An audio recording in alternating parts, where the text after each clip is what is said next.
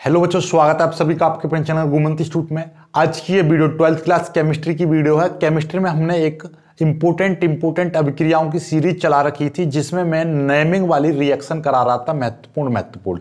तो उसमें हम अब तक 9 वीडियो अपलोड कर चुके हैं, यानी कि 9 अभिक्रिया मैं बता चुका हूं। ये 10वीं रिएक्शन है, यानी कि 10वीं अभिक्रिया नाइट्रीकरण। वेरी मोस्ट इंपोर्टेंट अभिक्रिया है, कई बार आ चुकी है। 2017 में आई थी, 2019 में आई थी, 2013 और 15 में भी आई थी, राइट। तो अब बात करता हूं, यानी कि कुछ बच्चे कह रहे थे सर प्ले लिस्ट बना दीजिए। जिस तरीके से फिजिक्स में वेरी इंपोर्टेंट डेरिवेशंस चल रहे हैं, तो उनकी भी मैंने प्ले लिस्ट बना दी है, जिसकी लिंक मैंने नीचे डिस्क्रिप्शन में दे रखी है। और आपका ये अति महत्वपूर्ण अभिक्रिया 2021 के एग्जाम के लिए, उनकी भी मैंने एक प्ले लिस्ट बना दी है, इसकी लिंक भी मैंने नीचे ही डिस्क्रिप्शन में दे दी है। तो ये दोनों प्ले लिस्ट बना दी हैं, तो आप इनमें जाकर सारी वीडियोज को देख सकते हो, पुरानी वाली को भी, राइट। चलिए, तो इसको समझते हैं नाइट्रीकरण होती क्या है अभिक्रिया। देखिए, नाइट्रीकरण की पहले मैं थ्योरी लिख दे रहा हूं, फिर एक साथ समझा दूंगा, राइट। थ्योरी क्या है? सांद्र सल्फ्यूरिक, ये क्रिया पहले समझ ही लो क्या होता है नाइट्रीकरण। सिंपल सा है कि जो बेंजीन है वो नाइट्रिक अम्ल से क्रिया करके नाइट्रोबेंजीन बनाती है। किसकी उपस्थिति में? सल्फ्यूरिक अम्ल की उपस्थिति में। तो वही थ्योरी है, लिख दीजिए कि सांद्र सल्फ्यूरिक अम्ल की उपस्थिति में, सांद्र सल्फ्यूरिक अम्ल यानी H2SO4 की उपस्थिति में सांद्र सल्फ्यूरिक अम्ल की उपस्थिति में बेंजीन की क्रिया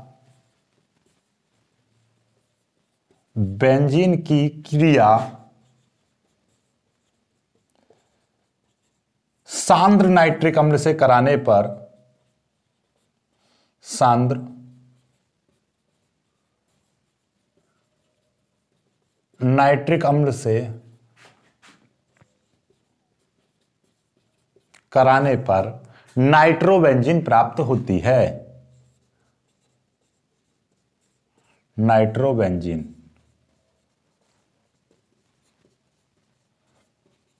प्राप्त होती है। इसी क्रिया को नाइट्रीकरण कहते हैं। इसी क्रिया को नाइट्रीकरण या नाइट्रोजनीकरण कहते हैं। ओके, तो ये है आपकी सांद्र सल्फ्यूरिक अम्ल की उपस्थिति में बेंजीन किससे क्रिया करता है? नाइट्रिक अम्ल से क्रिया करके नाइट्रोबेंजीन बनाता है। देखिएगा कैसे। ये है आपका बेंजीन, इसकी क्रिया किससे? HNO3 से करा रहे हैं। ये है आपका नाइट्रिक अम्ल, और कैसा लिया है? सांद्र। सांद्र का मतलब समझ रहे हो? जिस तरीके से पानी और दूध में देखेंगे तो पानी आपका तनु रहेगा, दूध आपका सांद्र कहलाएगा। लेकिन दूध और शहद में देखेंगे तो शहद आपका सांद्र कहलाएगा और दूध आपका तनु कहलाएगा। मतलब जो चीज पतली रहेगी, पतली लिक्विड फॉर्म में पतली रहेगी, उसको बोलेंगे हम क्या? तनु। और जो गाढ़ा रहेगा उसको बोलते हैं सांद्र। तो ये सांद्र है, यानी थोड़ा गाढ़ा है। चलिए, इसकी HNO3 की अम्ल, नाइट्रिक अम्ल की क्रिया, बेंजीन की क्रिया, ये बेंजीन है। बेंजीन की क्रिया नाइट्रिक अम्ल से करा रहे हैं। किसकी उपस्थिति में? H2SO4, वो भी कैसा? सांद्र H2SO4 की उपस्थिति में। तो क्या बनता है? देखिए भाई, ये HNO3 होता है तो इसकी खुली संरचना रहती है OHNO2, ये होती है, ठीक है। देखिएगा, एक H एक O इसके साथ में आ जाता है, तो यहां पर बताया NO2, ये होती है इसकी संरचना। तो नाइट्रिक अम्ल की में से ये NO2 समूह यहां पर आकर जुड़ जाता है। ये NO2 समूह कहां पर आ जाता है? यहां पर आ जाता है। ये बन जाता है आपका नाइट्रोबेंजीन।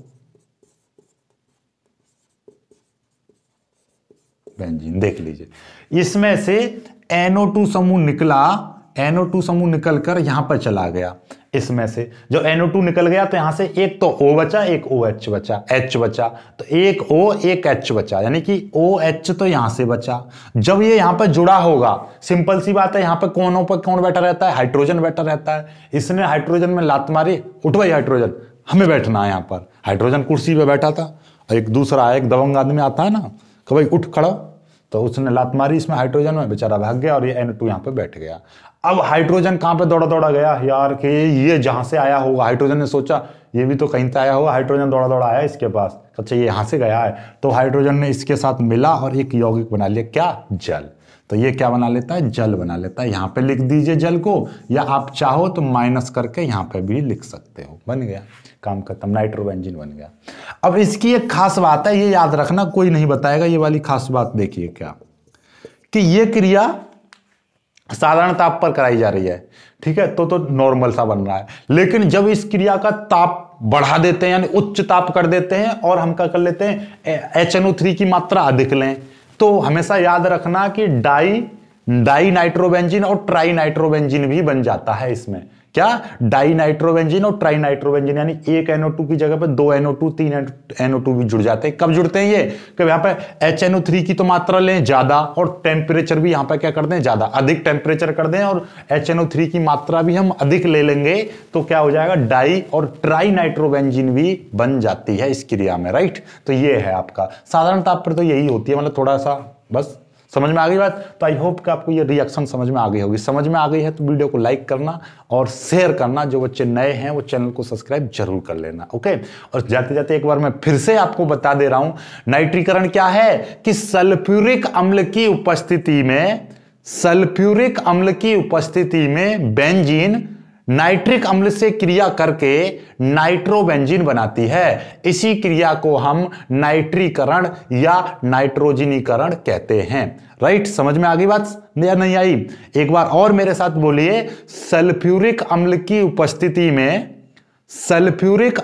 उपस्थिति में बेंजीन नाइट्रिक अम्ल से क्रिया करके नाइट्रोबेंजीन बनाती है। और इसको थोड़ा सा और मॉडिफाई, एकदम और साइंटिफिक तरीके से बोलिए, कि सांद्र सल्फ्यूरिक अम्ल की उपस्थिति में